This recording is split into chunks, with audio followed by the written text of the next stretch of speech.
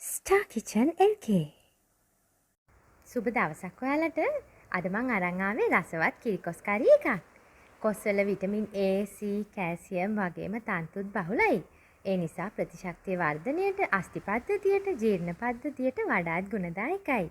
ඒ වගේම ප්‍රතිඔක්සිකාරකත් අඩංගුයි. ඊට අමතරව කොස්වල තවත් පෝෂ්‍ය පදාර්ථ බොහොමයක් අන්තර්ගත වෙනවා. ඉතින් ගොඩක් අය හිතනවන්නේ කිරිකොස් කියන්නේ හදන්න අමාරු කරි එකක් කියලා. ඉතින් මේ කොස් කරි එක රසවත්ව ලේසියෙන්ම හදාගන්න හැටි තමයි අද මම කියලා දෙන්න යන්නේ. එහෙනම් මේ වීඩියෝ එක බලන අතරෙම මගේ YouTube channel එකත් subscribe කරලා මට සහයෝගයක් ලබා දෙන්න කියලා ආදරෙන් මතක් කරනවා. අවශ්‍ය ද්‍රව්‍ය බලමු. මෙතන සිහින්ව කැපූ කොස් සමග කොස් ඇට අරන් තියෙනවා. ඔයාලා කොස් ඇට සුද්ධ කරගන්නකොට මතක තියාගන්න මේ ලාදුඹුරු පාට කුරුට කොටස ඉවත් කරගන්න එපා. අර උඩ සිවිය විතරයි ඉවත් කරගන්න ඕනේ. මේ කුරුට කොටසේ තමයි වැඩිම පෝෂණ ගුණයක් අන්තර්ගත වෙලා තියෙන්නේ. රම්ප, කරපිංචා, අමු මිරිස්, රතු ලූණු, ලුණු කුඩු, කහ කුඩු, පොල් කිරි, වතුර, ඊට අමතරව මෙතන සුදු ලුණු බික් 4ක්, අබ පිංච් එකක්, ගම්මිරිස් තේ හැඳි භාගයක්, පොල් මේස හැන්දක් අරන් තියෙනවා. මේ ටික වතුර මේස හැන්දක් දාලා වංගෙඩියක හරි ග්‍රයින්ඩර් එක හරි කොටා ගන්න ඕනේ. මේ තියෙන්නේ මේ විදිහට සකසාගත්ත මිශ්‍රණය. මේ මිශ්‍රණයෙන් කොස් කරි එකට වැඩි රසයක් එකතු වෙනවා වගේම කොස් වලට සමහර අයට වාත කැකුම් එහෙම එනවනේ. ඒව සමනය වෙන්නත් එක්ක තමයි මේක එකතු කරගන්නේ. දැන් මුලින්ම රස අණුව ලුණු කුඩු, කහ කුඩු තේ හැඳි කාලයි, රම්ප, කරපිංචා, රතු ලූණු, අමු මිරිස් මේ ටික ඔක්කොම එකතු කරගෙන මිශ්‍ර කරගන්න.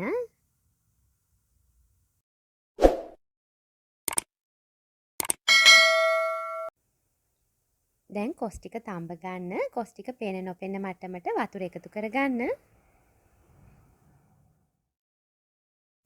මේ වෙලාවේදී ගින්දර සාමාන්‍ය මට්ටමට තියාගන්න.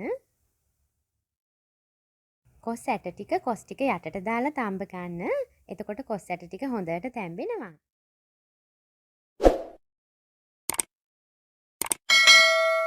තියෙන්නේ විනාඩි 15කට පස්සේ කොස් ටික තැම්බිලා තියෙන්නේ. මේක හොඳ පිටි ගෙඩියක් හින්දා ඉක්මනින්ම තැම්බුණා.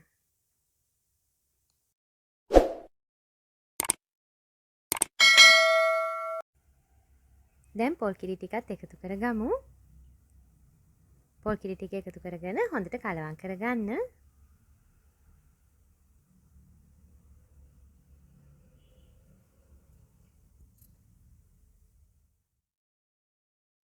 දැන් අපි සකසාගත්ත සුදු ලුණු මිශ්‍රණයත් මේ වෙලාවෙදී එකතු කරගමු.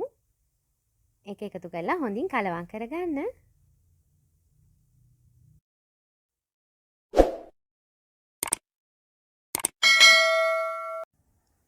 දැන් මේ විනාඩි 6කින් කොස් ටික හොඳින් තැම්බීගෙන එන්නේ.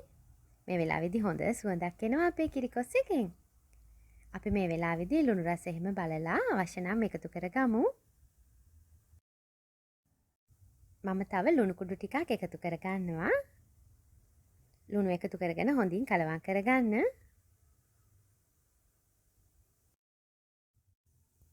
අපි තව විනාඩි 2-3ක් මේක මේ විදිහට තියාගමු.